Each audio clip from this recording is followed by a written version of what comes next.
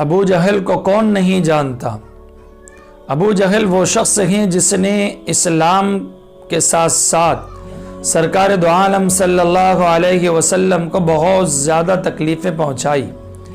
ایک مرتبہ ابو جہل نے نعوذ باللہ یہ ارادہ کیا کہ محمد صلی اللہ علیہ وسلم کو قتل کر دیا جائے، اور یہ سوچ کر اس کے ذہن میں ایک ترتیب آئی۔ اس نے ایک شخص رسول اللہ صلی اللہ علیہ وسلم کی خدمت میں بھیجا اور اطلاع دی کہ میری طبیعت ناساز ہے، کیونکہ وہ یہ بات جانتا تھا کہ حضور صلی اللہ علیہ وسلم ہر کسی کی عیادت کے لیے تشریف لے جایا کرتے تھے۔ اور جیسے ہی وہ شخص حضور صلی اللہ علیہ وسلم کے پاس یہ اطلاع دینے کے لیے پہنچا کہ ابو جہل بیمار ہیں، تو ادھر ابو جہل نے اپنے دروازے کے سامنے، گھر کے سامنے ایک گڑھا کھود دیا، اور اتنا گڑھا کھودا کہ جس میں ایک انسان اطمینان کے ساتھ میں پورا کے پورا چھپ سکے، ڈوب سکے۔ اور گڑھا کھودنے کے بعد اس کے اوپر کھجور کے چھالیں وغیرہ رکھ دی اور مٹی ڈال دی۔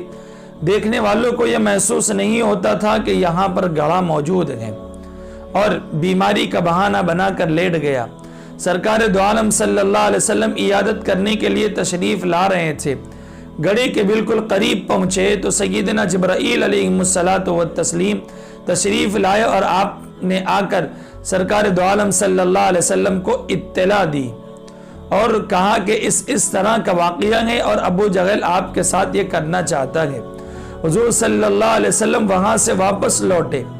جیسے ہی آپ نے رخ انور پھیرا اور جانے کے لیے آپ تیار ہوئے اور چلنے لگے، تو ابو جہل حیران ہوا، اور وہ آپ کو بلانے کے لیے بستر سے اٹھا اور بھاگتے ہوئے گھر سے باہر نکلا۔ اور جیسے ہی وہ نکلا اس کے ذہن میں یہ بات یاد ہی نہیں تھی کہ یہاں گڑھا ہے، فوراً اپنے بنائے ہوئے گڑھے میں گر گیا۔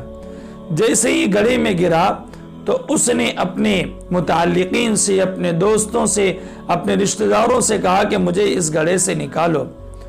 لوگوں نے اس کو گڑھے سے نکالنا چاہا، رسیاں ڈالتے یا تو وہ رسی چھوٹی ہو جاتی یا وہ رسی ٹوٹ جاتی تھی۔ وہ سمجھ گیا کہ اگر مجھے اس گڑھے سے کوئی نکال سکتا ہے تو وہ سرکار دو عالم صلی اللہ علیہ وسلم ہے۔ اس نے پیغام بھیجا، حضور تشریف لائے۔ حضور صلی اللہ علیہ وسلم نے فرمایا کہ میں تمہیں گڑھے سے نکالوں گا، کیا تم مجھ پر ایمان لاؤ گے؟ اس نے کہا کہ بالکل، آپ مجھے نکال دیجئے، میں ایمان لاؤں گا۔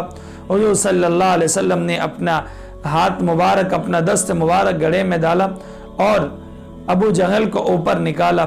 حضور نے فرمایا کہ ابو جہل، میں نے تم کو نکال لیا ہے، تم بھی اپنا وعدہ پورا کرو۔ ابو جہل نے بجائے کہ اسلام قبول کرتا، اس نے کہا کہ محمد تم تو ایک جادوگر ہو، نبی نہیں ہو۔